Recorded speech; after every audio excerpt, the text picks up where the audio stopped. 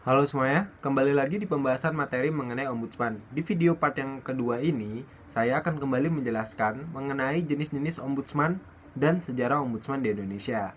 Berdasarkan berbagai aspek, ombudsman dapat dibagi menjadi beberapa jenis. Dari kurun waktu pembuatannya, dapat dibedakan menjadi ombudsman klasik dan ombudsman modern.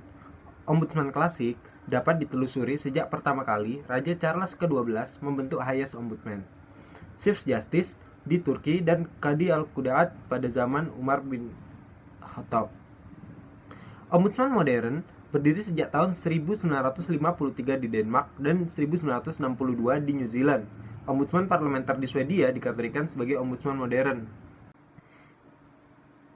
Selanjutnya, apabila dilihat dari mandat dan mekanisme pertanggungjawabannya, dibedakan menjadi dua jenis, yakni ombudsman parlementer, yaitu ombudsman yang dipilih oleh parlemen dan bertanggung jawab membuat laporan kepada parlemen. Contoh negara yang menganut ombudsman parlemen yakni Swedia, Finlandia, dan Denmark. Yang kedua ada ombudsman eksekutif, yakni ombudsman yang dipilih oleh kepala negara seperti presiden atau perdana menteri atau kepala daerah. Contoh ombudsman eksekutif di beberapa negara lain yakni di Indonesia dan di Australia. Lalu, apabila dilihat dari isu dan institusi yang membentuk, maka ombudsman dibagi menjadi tiga. Pertama, ombudsman publik, yakni dibentuk oleh institusi publik untuk mengawasi proses pemberian pelayanan umum bagi masyarakat di sebuah negara. Contohnya adalah di Indonesia dan di Irlandia Utara dan Thailand. Lalu yang kedua ada ombudsman swasta, yakni dibentuk oleh swasta untuk melayani proses pelayanan umum perusahaan swasta terhadap konsumennya. Contohnya ombudsman perusahaan asuransi dan ombudsman perusahaan real estate. Ketiga, ada ombudsman hybrid, yakni yang dibentuk oleh swasta atas mandat yang diberikan oleh negara atau pemerintah untuk mengawasi proses pelayanan umum di sektor swasta. Pada dasarnya, ini merupakan ombudsman swasta, tetapi keberadaannya diamanatkan oleh negara dengan undang-undang tertentu yang berlaku. Contoh penerapan ombudsman hybrid ini sendiri ada di ombudsman pers yang ada di negara Swedia. Lalu jenis ombudsman yang terakhir adalah jenis ombudsman dilihat dari wilayah yurisdiksinya, di mana di dalam jenis ombudsman yang terakhir ini, ombudsman dibagi menjadi tiga. Yang pertama yaitu ombudsman nasional. Ombudsman nasional adalah ombudsman yang dibentuk dan wilayah kerjanya ada mencakup negara tempat ombudsman tersebut dibentuk. Salah satu contohnya adalah Ombudsman Republik Indonesia. Yang kedua, ada ombudsman daerah, di mana ombudsman tersebut wilayah kerjanya ada di dalam daerah di suatu negara. Contoh dari ombudsman ini adalah ombudsman daerah Yogyakarta, ombudsman daerah Pangkal Pinang, dan ombudsman daerah Jakarta.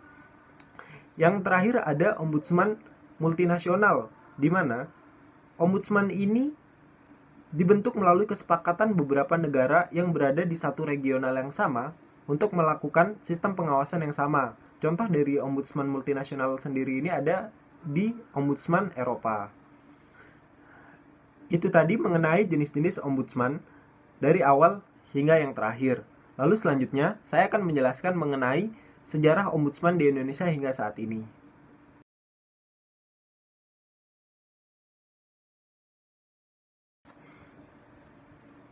Sejarah ombudsman di Indonesia. Di Indonesia, pasca reformasi, pemulihan lembaga pemerintahan gencar dilakukan. Hal ini gencar dilakukan pada masa pemerintahan Presiden Baharudin Yusuf Habibie. Upaya pembentukan ombudsman masuk ke dalam upaya pemulihan lembaga pemerintahan. Namun, pada masa Presiden B.J. Habibie, hal ini hanya berupa suatu perencanaan karena banyaknya tuntutan dari masyarakat yang menginginkan pemerintah yang bersih dan penyelenggaraan negara yang baik atau clean and good governance. Baru pada saat pemerintahan Presiden Kiai Haji Abdurrahman Wahid atau Gus Dur melalui keputusan Presiden nomor 55 tahun 1999 tentang tim pengkajian pembentukan lembaga ombudsman. Di dalam keputusan presiden tersebut berisi tentang latar belakang terbentuknya ombudsman, yaitu untuk lebih meningkatkan pemberian perlindungan terhadap hak-hak anggota masyarakat atau rakyat dari pelaku penyelenggara negara yang tidak sesuai dengan kewajiban hukumnya, dengan memberikan kesempatan kepada anggota masyarakat yang dirugikan untuk mengadu kepada suatu lembaga yang independen yang dikenal dengan nama Ombudsman. Setahun setelahnya, pada bulan Maret 2000, kembali dikeluarkan keputusan Presiden terkait Ombudsman dalam Keputusan Presiden nomor 44 tahun 2000 tentang Komisi Ombudsman Nasional. Barulah pada saat itu Indonesia memasuki babak baru dalam sistem pengawasan. Kedudukan Ombudsman di Indonesia kembali diperkuat saat dibentuknya Undang-Undang tentang Ombudsman Republik Indonesia yang tertuang dalam Undang-Undang Republik Indonesia nomor 37 tahun 2008 tentang Ombudsman Republik Indonesia.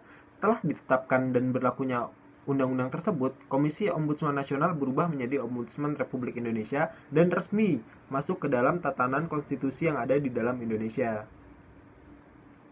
Kehadiran Ombudsman sendiri menjadi babak baru bagi Indonesia dalam melakukan pengawasan dan penerimaan keluhan atas kinerja pemerintah yang dilakukan oleh masyarakat.